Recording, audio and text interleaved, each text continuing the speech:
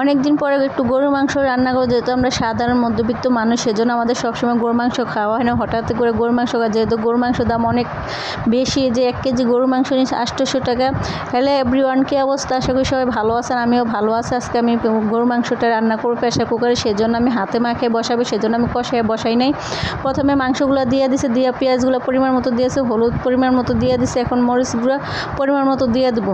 তা আমি তো যেহেতু বাজারঘাটে যাই না, আপনারা জানেন আমি একা একা থাকি, আমি একা একা সময় কাটাইতেছি। সময় কাটাইতে বলতে কি আমার একটা ক্রাইসিস চলতেছে। আপনারা যারা আমার ভিডিও দেখেন তারা অবশ্যই শুনছেন বা জানেন, যারা দেখেন তারাই শুধু জানবেন। তো পাশের রুমের আফা বলছিল যে উনি নাকি মাংস আনবে। আমি বলছি যদি আপনি মাংস আনেন তাহলে আমাকে একটু আইনা দেন। তো 2 কেজি মাংস আনছে, উনি 1 কেজি নিচ্ছে, আমি 1 কেজি নিছি। 1 কেজি মাংস 250 টাকা। যেহেতু আমরা সাধারণ মানুষ, সেজন্য মাংস সবটুকু রান্না করি নাই, অর্ধেক ধুয়ে দিছে আর অর্ধেক রান্না করছে। আর একটু তেল বেশি হয়েছে, আলাদা করে ধুয়ে দিছে। আরেকদিন বুটের মাংস বুট দিয়ে রান্না করবো, সেটা আপনাদের সাথে শেয়ার করবো অবশ্যই। তো প্রথমে আমি যেহেতু মাংসটা কষে প্রেশার কুকারে রান্না করবো, সেজন্য একটু ভালো করে আগে কষিয়ে নিয়েছি। আমি প্রেশার কুকারে ডাইরেক্ট বসে খেতে পারি না, সেজন্য আমি প্রথমে ভালো করে আগে কষিয়ে নিব। তো আপনারা একটা জিনিস ফলো করছেন কিনা আমি জানি না, আমি যে আদা রসুন বাটা দিই না, আমার তো মনেই আসলো না। কেন মনে আসলো না জানেন? যেহেতু আমি এখন একটা খোলামেলা বাসায় থাকি, ফ্ল্যাট বাসা থাকা হয় না। ফ্ল্যাট বাসা কি যার মতো শেষে, যদি একটা মারামারি খুনাখুনি হয়ে যায় তাকে জানতে পারে না। আর খোলামেলা বাসায় কি একটা কিছু হলে সবাই জানাজানি হয়ে যায়। তো যখন আমি রান্না করতেছি তখন কি হয়েছে, আমার বাসায় অনেক ঝগড়া হয়েছে। কি নিয়ে জানেন? সাধারণ একটা জিনিস নিয়ে। এটাই বলে যে খোলামেলা বাসা থাকলে কোনো পরিবেশ থাকে না।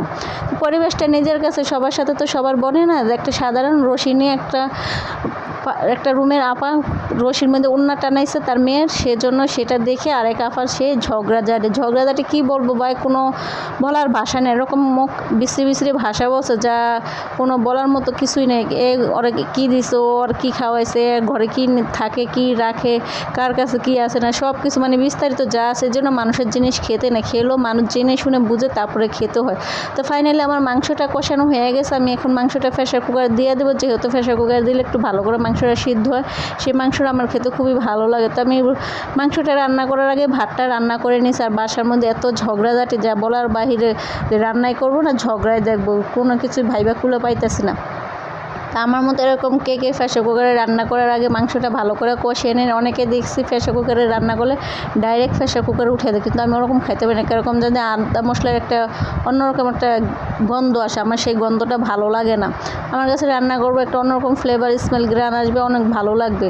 তো আমি কড়াইটা ভালো করে ধুয়ে নিয়ে সেই ঝোলগুলো হয়েছে এগুলো দিয়ে দিচ্ছি প্রেশার কুকার দিয়ে। এখন এই যে ফাইনালি আমার হয়ে গেছে মাংসটা। এখন আমি আবার একটু ভালো করে জাল দিয়ে নেবো, যেহেতু আমি আবার প্রেশার কুকারটা নামিয়ে আবার একটু জাল দেওয়ার চেষ্টা করি। বললাম না যে আমি খেতে পারি না। তো একটু পরিমাণ মতো জিরার গুঁড়া দিয়ে এখন নামিয়ে নিই। আল্লাহ হাফেজ।